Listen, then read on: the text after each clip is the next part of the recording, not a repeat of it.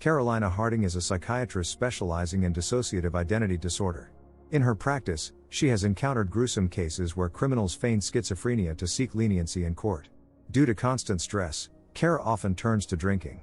She has a daughter, Sammy, who is currently staying with Kara's brother, Stephen. During the day at the airport, Caroline received a call from her father and colleague Dr. Harding. He told her about an unusual medical case and asked her to come over. At the clinic, the father briefed Kara about their new patient, David Bernberg, a vagrant. Kara thinks that nothing can surprise her anymore, but her father is sure that this is an unprecedented case. At the father's request, Kara met the patient, confined to a wheelchair. David revealed that he had an accident several years ago. Kara questioned him and asked to take some psychological tests to find out more about him. After the conversation, Kara asked her father about what he meant by an unusual case. Dr. Harding called David, who couldn't see him and Kara due to one-way glass. When the patient picked up the phone, Dr. Harding asked if he could hear Adam. At that moment, something strange began happening with David. After a minute, the guy started speaking in a different voice, introducing himself as Adam. Kara still didn't believe her father, so she went to talk to the patient. Adam, who was nothing like humble David, asked the doctor about her husband. Kara recounted that 3 years ago, her husband fell victim to robbers on Christmas Eve as they returned from church. This patient behavior didn't make Kara confused, because she was used to this kind of manipulation. She asked Adam the same questions she asked David. This time, his answers were different.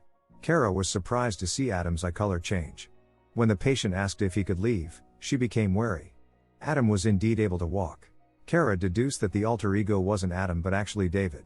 Of course, Dr. Harding knew this from the start. Later, Kara and her father went to Stephen's place to pick up Sammy. Stephen is a musician working on a new project. Before leaving, the father gave Kara Adam's file and advised her to look into it. Meanwhile, David, sitting in his wheelchair, hears voices. This patient causes Kara a great deal of anxiety. Unable to sleep, she decided to study Adam's file, as advised by her father. Dr. Harding spent hours talking to Adam and David. The transition from one personality to the other is very frightening. Kara decided to learn more about Adam. It turns out the police found this vagrant on the street, who couldn't walk initially and introduced himself as David. For psychiatry, it's a phenomenon. Among other things, Kara reviewed the patient's x-rays. They appeared as images of two different people, as if Adam and David were indeed two different individuals. Kara is convinced that this is impossible, but her father argued that the images are clear proof that they're dealing with something they've never encountered before. Kara is determined to solve this mystery and first went to the public library, looking at the alumni yearbook for 1980. Indeed, there is a graduate named David Bernberg. So, he is a real person. But then who is Adam? While tucking her daughter in, Kara read her a prayer. She hides from Sammy that her faith in God has been shaken after her husband's demise. Late in the evening, Kara received a call from her colleague Charles. He had promised to send her Adam Saber's medical chart. Charles, whose health condition is rapidly deteriorating due to unknown reasons, said he would do it in the morning. After the conversation, an eerie metamorphosis began to happen to the man. Kara decided to meet Mrs. Bernberg, David's mother. The neighborhood looked abandoned. Kara noticed a cross with various ritual items hanging on it. Noticing a man with a snake, Kara asked for directions to the quarry. The man didn't respond. Kara continued her journey, leading her to a house on the outskirts. Kara knocked on the door, but no one opened it. Then she decided to look around. Apparently, David Bernberg had indeed lived here. Upon hearing singing, Kara followed the sound and saw a woman who looked exhausted. Kara explained she was searching for David Bernberg. It turned out he passed away in 1982, but it wasn't an accident. The young man indeed lost his ability to walk after slipping on stone steps. For 3 years David coped but eventually gave up. He sought a town doctor using innovative treatment methods. David believed this specialist could help him walk again, but the treatment didn't work.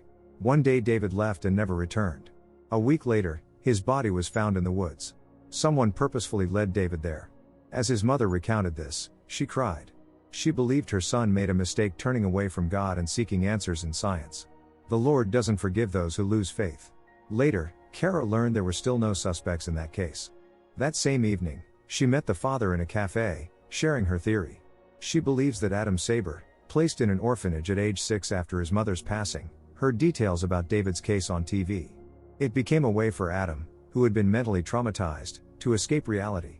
If Kara's theory is correct, Adam doesn't have dissociative identity disorder. Now she's determined to cure him. For that, Kara asked Mrs. Bernberg for help, explaining that Adam created his own version of her son. When Adam joined them, of course he didn't recognize Mrs. Bernberg. The tragedy happened 25 years ago when Adam was 6. He didn't read newspapers back then. Suddenly the phone rang. Adam picked up the phone, and Dr. Harding said he wanted to hear from David. At that moment, Adam changed his persona. Calling Mrs. Bernberg Mom, he couldn't hold back tears. The woman firmly stated her son perished 25 years ago. Then David began to give details that an outsider could not know. Clearly, this was never reported in the news. Mrs. Bernberg couldn't contain her tears either, beginning to believe this was truly David. It seemed unbelievable. However, at one point, the woman got angry and slapped the guy. Unable to bear it, she left, while David continued crying and calling for his mom. For the first time in a long while, Kara went to church. She had no rational explanation for what had happened. To clarify the situation, Kara brought Adam as David to the place where he died 25 years ago. David said he had been here, but the place looked different back then. It was snowing, and there was a cabin nearby. David also recalled a black silhouette approaching. According to David, it was the devil. The guy went into hysterics, so Kara was going to take him away from here, but the wheelchair got stuck in the mud. Kara stepped away to get a mobile signal and called the orderly who had been left waiting for them in the van. When she turned back, David was gone. He sneaked up on her, but he wasn't David or Adam. The guy aggressively demanded to know how he ended up here. Kara tried to stall for time until the orderly arrived. It turned out the guy's name was Wesley. Immediately after this incident, Kara told her father that their patient had not 2 but 3 personalities. However, Dr. Harding already knew this. He just wanted his daughter to get to the truth on her own. Kara went to the cemetery. Wesley Crite passed away in 1994 and was a rock musician. Presumably, he left his life voluntarily. During this period, Adam Saber was in prison. He might have created another persona to escape reality again. Kara conversed with Wesley and showed him an article from an old newspaper reporting the real Wesley Crite's demise. Memories from the past began flashing in the guy's mind. A few seconds later, he switched personalities once again and collapsed. Kara suspected it was David. The guy whispered that someone was here. After that, David began humming his mother's favorite song, which he had written himself. Mrs. Bernberg confirmed that David had made up this song after the accident. He always hummed it when feeling afraid. It was a kind of refuge for David. Kara had a new hypothesis. Perhaps in Adam's childhood, he witnessed David's final moments. This way, Adam might have heard that very song. Now, Kara intends to learn as much as possible about Adam's past. It will help her understand which life he's trying to escape from. Kara arrived at an address. The house was a mess and there was a dog that no one took care of. Kara fed the animal and looked around. The smell was utterly disgusting. In the bathroom, Kara discovered a body. The police arrived. Adam Saber became the main suspect. Kara for a long time couldn't get over what she saw. When she went to pick up her daughter and saw Adam Saber next to Sammy, she immediately called the detective and rushed to her daughter. The guy tried to prove to Kara that she had invited him herself and that they had talked on the phone the previous day. Kara was horrified, realizing that a 4th personality, Dr. Charles, had taken over Adam. At home, Sammy told her mother that she no longer believed in God, otherwise, he wouldn't have taken her father. The girl also complained to the mother about strange sensations in her back. Receiving a call from her father, Kara learned that Charles was no longer alive. Speaking with tears in his eyes, Dr. Harding coughed. Adam's condition was connected to something more incomprehensible and ominous than one could imagine. Reviewing footage from the archives, Kara noticed a black shadow near sleeping Adam. Detective Danton interrogated Adam, who denied knowing the man found lifeless in his home. Apparently, the crime had been religiously motivated. At that moment, Adam remembered looking in the mirror and seeing that same man in the reflection. Metamorphoses were happening to him. Kara asked for a private conversation with the detective. She said she had seen a cross carved at the crime scene before. That's why she returned to Mrs. Bernberg's house for answers. Mrs. Bernberg said that black magic prevails in these parts. Determined, Kara drove to the end of the road, toward the Valley Gorge.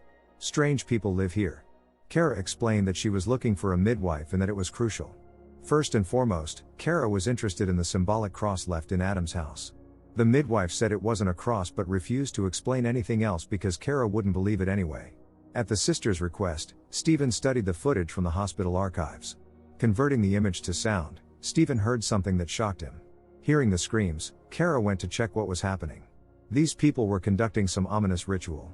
Kara peeked, barely holding back her emotions.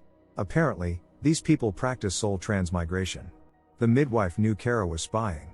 She showed her a vessel with inscriptions, saying it was a refuge for souls. Later, Kara received a voicemail from Detective Danton, stating they didn't have sufficient grounds to detain Adam Saber. Therefore, he was released into her father's custody. Kara also received a call from her brother, explaining that the shadow in the video is a sound wave, a voice. When Stephen played the recording, Kara heard incantations. Adam became a kind of shelter for foreign souls. Kara intends to visit a certain historical community to get answers. Meanwhile, Stephen watches over his niece. Sammy complains about a scratchy throat and strange sensations in her back. Kara learned that at the beginning of the 20th century, there was a flu epidemic here. That's when the locals met Reverend Christian Moore, who became a self-proclaimed healer. The Reverend urged everyone to give up medicine and rely only on faith in God. However, no one knew that the Reverend had previously vaccinated himself and all his relatives. Because of this, many people perished. When the truth came out, the valley residents decided to punish the Reverend. They brought him to the midwife, and she executed her own form of justice for his godless deeds. Christian Moore was subjected to a dreadful ritual. After that, the midwife whispered an incantation, turning Christian Moore into a refuge for all non-believers. The detective called Kara and informed her they had made a mistake, so urgently sending a police car to her father. Kara immediately called the father, telling him to run. In fact, Adam Saber is no longer alive. The body in his house is Adam. Now the one at home with Dr. Harding is none other than Christian Moore. However, the doctor didn't have time to escape and went through dreadful metamorphoses. Since her father was no longer answering, Kara called the orderly and asked him to come upstairs to check. But the orderly was too late. Christian had already become a vessel for another non-believing soul. The orderly found Dr. Harding lifeless and informed Kara over the phone. She couldn't believe her father was gone. Right now, it was most important for Kara to hear her daughter's voice. Stephen told her over the phone that he was going to take Sammy to the hospital because she was experiencing strange symptoms. At that moment, Kara horrifically realized that her non-believing daughter would be next. Kara asked the brother to take her daughter to the midwife because the hospital wouldn't help Sammy. However, Stephen considered it nonsense and refused. Suddenly Christian, in Dr. Harding's car, blocked their path. Stephen and his niece locked themselves at home while Christian, speaking in Dr. Harding's voice, shouted that they were in great danger. Finding a spare key, Christian, introducing himself as Stephen's father, entered the house. He wants to save his granddaughter, but of course Stephen doesn't believe that it's the father in front of him. Ultimately, Christian broke down the door. Stephen lost consciousness. Sammy had been talking to her mother on the phone the whole time. Kara asked her daughter to activate the loudspeaker and called for David. That way, the guy couldn't walk anymore. Upon regaining consciousness, Stephen understood that the sister was right and led his niece to the midwife. Meanwhile, Christian regained consciousness. Sammy's condition was getting worse. Taking Dr. Harding's car, Christian raced after them. Kara reunited with her daughter and brother. Together they made their way to the midwife. Due to shock, Stephen didn't immediately notice he was badly injured. While Kara was leading her daughter into that ominous house, Christian caught up with Stephen, who was waiting in the car. Stephen wasn't going to give up just like that.